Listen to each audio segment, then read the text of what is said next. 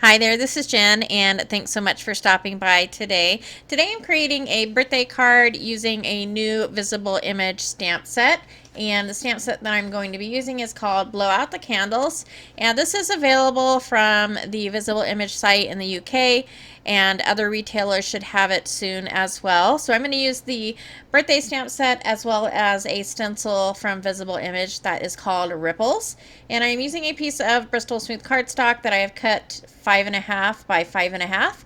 And I'm going to go ahead and grab that stencil, and I'm using a little bit of transparent texture paste from Arranger. So I'm just going to take my little, it's kind of like a little sample bottle, and my craft knife, and I didn't want the stencil to cover the entire a piece of cardstock, so I'm just going to put it in several different areas. So I'm just going to take my knife and smooth that through the stencil.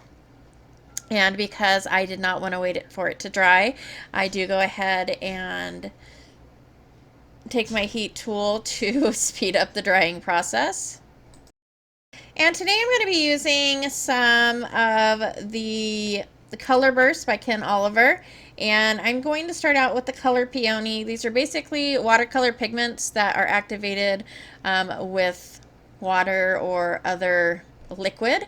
And so I'm going to do some ink smooshing. So I have grabbed a piece of plastic packaging, and I am going to smush that color onto the cardstock. And really there's no rhyme or reason. I just try and put it in several different spots on the cardstock in a pattern that I think looks good.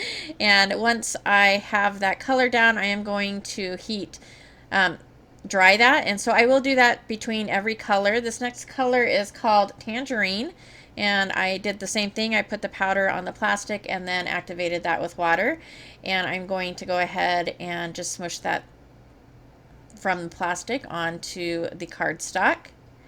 And I'm going to dry between each layer. I don't keep repeating that on the video just so that you don't have to sit through that, but I do dry between each layer so that the colors don't mix too much.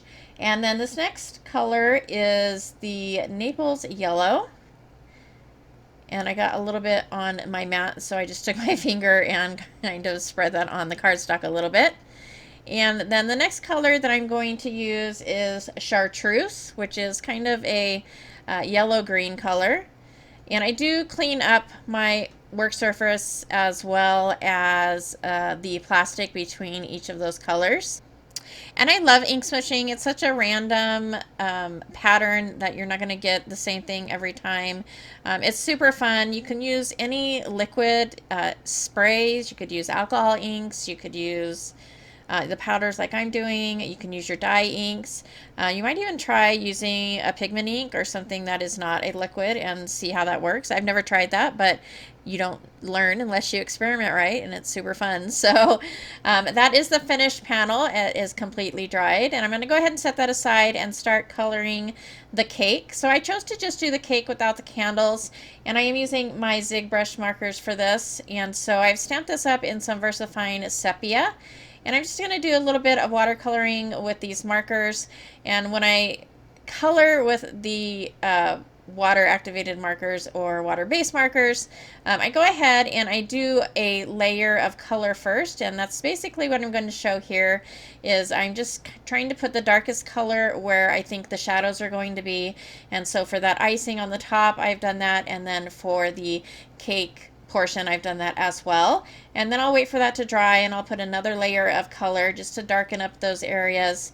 And once I have completely finished coloring with the brush markers, I'm going to take some colored pencils and go in and add just a little bit more detail and a little bit more shadow to the cake to make it pop a little bit, I guess you could say.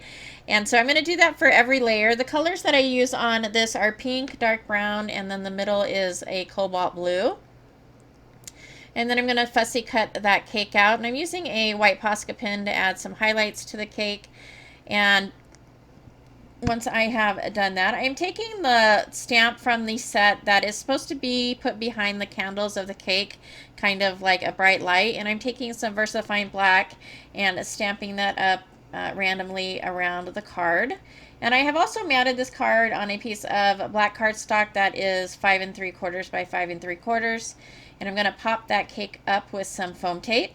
And then I grabbed 3 of the sentiments from the stamp set. And I've used some Wendy Vecchi embossing powder in leaf green and buttercup, and then also some white embossing powder to give a little bit of color to those sentiments. And I'm just going to take my tape runner and adhere those 3 sentiments.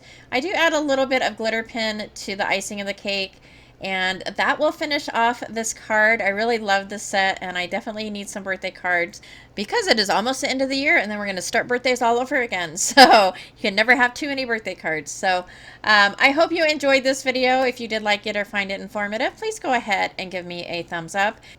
As always, I thank you so much for taking some time out of your day to spend with me, and I hope to see you next time.